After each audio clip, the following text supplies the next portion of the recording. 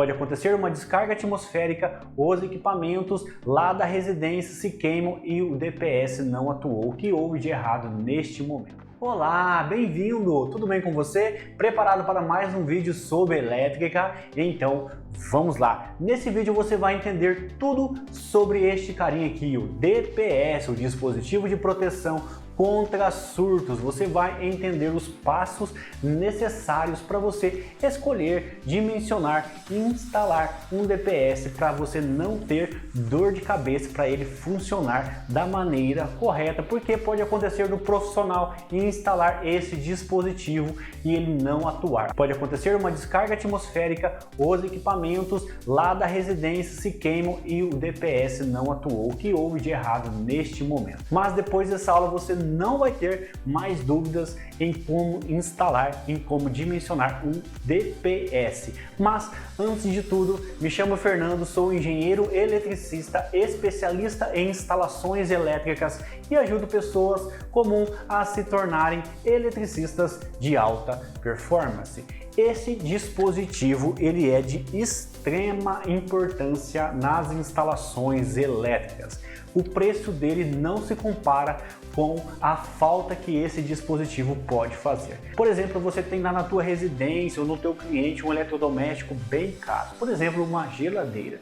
É muito maior o valor do que esse dispositivo, então compensa muito a instalação do DPS. E hoje eu vou passar aqui para vocês 3 passos matador para você escolher o DPS da forma correta. E se esse conteúdo é relevante para você, se você já está gostando do tema, curte, deixe aqui nos comentários as suas sugestões para mais vídeos. Se você ainda não é inscrito, se inscreva para receber mais vídeos como este. Antes de entrarmos nos passos para dimensionarmos o DPS, nós temos que entender o que é um surto elétrico, porque o profissional vai lá e instala esse dispositivo sem entender a atuação do DPS, o funcionamento do DPS. Bem, o que é o surto elétrico? Bem, o surto elétrico nada mais é do que uma sobretensão que pode acontecer de uma forma muito repentina. Pensem comigo, lá na tua residência existem várias tomadas onde você liga os teus equipamentos, tua geladeira, tua TV, e vamos supor que a tensão lá na tomada da tua residência seja de 127 volts. Bem, de uma hora para outra pode acontecer dessa tensão se elevar para 500 volts, 1000 volts, 5000 volts ou até mais. Aí aconteceu uma sobretensão, um surto elétrico e o equipamento vai se danificar, ele vai queimar. Como pode acontecer um surto elétrico? Bem, existem algumas maneiras. Por exemplo, pode acontecer de manobras lá na distribuidora, na concessionária de energia da tua região, ela pode estar fazendo manobras lá e acontecer um surto elétrico. Por exemplo, um técnico da distribuidora de energia da tua região está lá mexendo no poste, ali nos cabos aéreos e fecha uma chave. Nesse momento pode acontecer um surto elétrico. Pode acontecer também surto elétrico a partir da partida de motores e também pode acontecer um surto elétrico a partir de descargas atmosféricas, que é o mais conhecido, os raios mesmo. E nesse momento, para esse surto, o DPS ele vai identificar essa sobretensão e vai direcionar esse surto elétrico, essa sobretensão para o aterramento. Esta é a principal função do DPS, é desviar esse surto elétrico para o aterramento, para proteger a edificação. No mercado nós temos 3 classes de DPS, classe 1, classe 2 e classe 3. Onde vou instalar um DPS classe 1? Geralmente o DPS classe 1 é instalado em locais onde há a possibilidade de uma descarga atmosférica acontecer de forma direta. Como assim? Por exemplo, se você mora em um prédio, em um edifício, nesse prédio provavelmente há um sistema conhecido como SPDA. De forma mais simples, é um conjunto de para-raios que protege ali a edificação de descargas atmosféricas, de raios. Neste local há uma grande possibilidade de uma descarga atmosférica atingir ali o local de uma forma direta. Já o DPS classe 2 é indicado para locais onde não há uma grande possibilidade de uma descarga atmosférica acontecer de uma forma direta. Por exemplo, na tua residência não tem um conjunto de SPDA, mas tem as linhas aéreas lá, as linhas de distribuição que alimentam a energia da tua residência. Pode acontecer de uma descarga atmosférica atingir aquela linha e essa sobretensão vai percorrer essas linhas aéreas e pode entrar na tua residência e parar lá no teu equipamento. Já o DPS classe 3, ele parece muito com um adaptador. Ele vai lá na tomada mesmo, lá no equipamento, e ele é para ser utilizado em conjunto com o DPS classe 1 ou classe 2. Agora sim que entendemos o que é um surto elétrico, a principal função do DPS, que é desviar esse surto para o aterramento. Agora sim nós conseguimos entrar nos 3 passos matador para você escolher um DPS e não errar. Passo 1. Diferentemente do que muitos acreditam, o nível de corrente KA não é o item mais importante, não é o passo 1. Ah, vou instalar para o meu cliente um DPS de 20 KA, um de 40 KA, instalo lá, está tudo ok, está instalado, está tudo certo, vou embora. Aí acontece uma descarga atmosférica, o DPS não protege a edificação, os equipamentos do teu cliente se queimam. E aí? Fica complicado, né? O que aconteceu de errado aqui? Bem, o primeiro passo é nós observarmos o nível de tensão UC. No mercado hoje existem DPS de 175 volts, 275 volts, 460 volts. Esses são os níveis mais conhecidos, tá? Como que eu procedo neste momento? Se você for instalar na residência, no comércio, em um local ali onde o nível de tensão que eu vou instalar o DPS é de 220 volts. Eu vou lá na loja, escolho um DPS de 175 volts. O que acontece? Se eu colocar esse DPS lá na residência do meu cliente, a hora que eu ligar o disjuntor, esse DPS já vai se queimar, já vai se danificar. E se eu não observar, neste exemplo meu aqui, ó, desse DPS, ele tem aqui o status, onde ele indica que o DPS está ok, está verdinho. Se estiver vermelho, já tenho que trocar.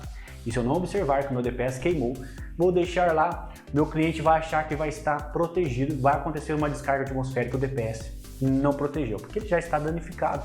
Eu instalei um DPS de um nível de tensão UC abaixo do necessário, abaixo do ideal. Então vocês conseguem observar que nada adianta se eu não observar o nível de UC primeiramente.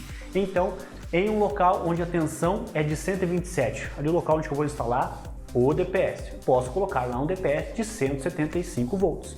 Aí você pode acontecer uma dúvida muito comum. Por que não existem DPS de 127 volts ou DPS de 220 volts? Por que uma tensão logo acima? Porque acontece sobretensões de uma forma muito comum. Por exemplo, se eu coloco um DPS de 127 no local onde a tensão é 127, acontece uma sobretensão ali de 130 volts e o meu DPS já vai atuar, já vai se queimar. Então, para proteger, para prolongar a vida útil do DPS, os fabricantes já colocam uma tensão superior. Mas isso não indica que o DPS não está protegendo os equipamentos. Ele está sim protegendo os equipamentos. Eu posso colocar um DPS de uma tensão superior à do local, mas nunca inferior. Legal? Este é o primeiro passo. É um passo muito importante para a pessoa não errar no DPS, na escolha do DPS. Agora, passo 2 é o nível de tensão UP. O que acontece aqui? Alguns profissionais não observam esse nível de tensão e acabam instalando um DPS onde o nível de UP não está adequado para o local. E como que eu escolho o nível de tensão UP adequado, professor? Neste momento nós vamos recorrer à NBR 5410. Acompanhem comigo. Bem, na tabela 31 da NBR 5410, acompanhem comigo. Suportabilidade a impulso exigível dos componentes da instalação. Nós vamos aqui para o campo equipamentos de utilização. Vou levar em consideração a minha região aqui, que é 127, 220 volts. Acredito que é a maioria das regiões aí, na realidade. Para essas situações, nós temos um nível de tensão UP de 1,5 kV. O que isso significa? Isso significa que para essas situações eu devo escolher um DPS com nível de tensão UP menor do que 1,5. Acompanhem comigo o meu DPS. O nível de tensão do meu DPS UP está aqui no corpo, está tudo no corpo do dispositivo, pessoal. O nível de tensão UP no meu aqui é menor do que 1,5 kV, ou seja, aqui está dentro, estou dentro da norma. Porque o que acontece? Todo DPS ele desvia a sobretensão para o aterramento, mas ele deixa passar um pouco para a edificação, não tem jeito. E se esse nível de tensão não for adequado, esta tensão que vai passar, que ele não vai conseguir desviar, que vai para dentro da edificação, se for maior do que o adequado, ele vai queimar o dispositivo, os equipamentos do cliente, da tua residência. Então, o que pode acontecer do cliente colocar lá um DPS de 275 volts em um local onde é 220, aí está tudo ok, está tudo certo. Mas aconteceu depois uma descarga atmosférica e os equipamentos do cliente se queimou. Então, o profissional não se atentou à tensão UP. Observe este item que é o passo 2, que é muito importante. Agora nós vamos para o passo 3. No passo 3, finalmente nós chegamos ao nível de corrente KA. Vou instalar para o meu cliente um DPS de 20 KA, de 40 KA.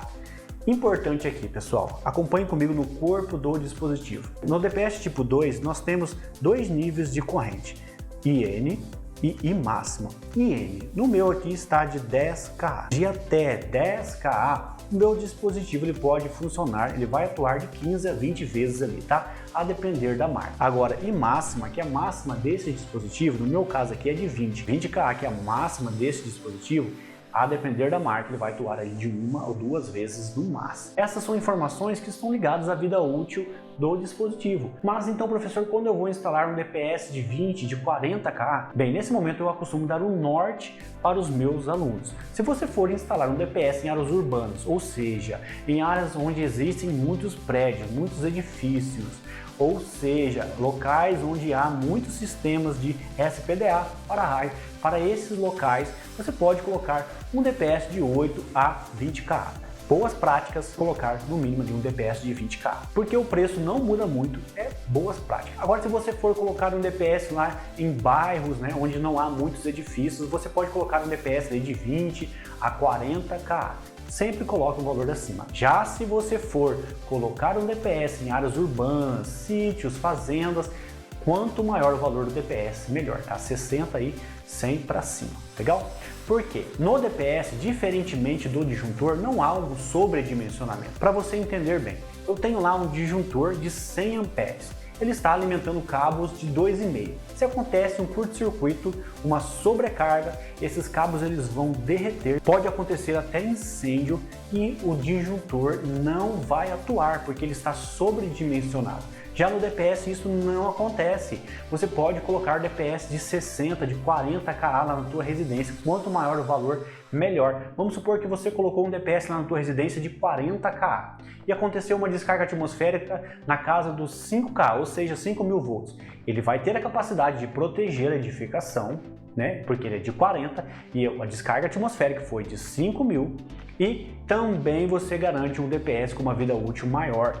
Vocês se lembram aqui no nível de tensão IN e I máxima, né? Quanto maior o valor de corrente em KA, mais o DPS tem uma vida útil maior e tem maior robustez. Então não tem sobredimensionamento em DPS. E após esses 3 passos, para ficar uma aula ainda mais completa, eu vou falar aqui para vocês agora sobre o condutor. O condutor que você vai ligar ao DPS, o comprimento desse condutor. Será que eu posso colocar qualquer condutor? Será que o condutor do DPS deve ser o mesmo do disjuntor?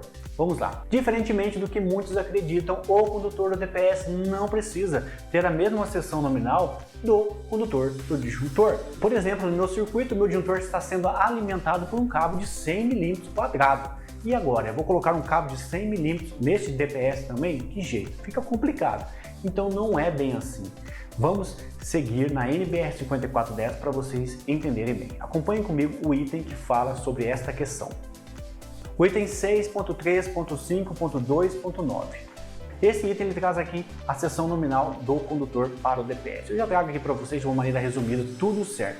Bem, se for um DPS de classe 1, a seção nominal mínima do condutor que está alimentando, lembrando, o DPS não tem polaridade, eu posso alimentar por cima ou por baixo, tanto faz, não tem polaridade.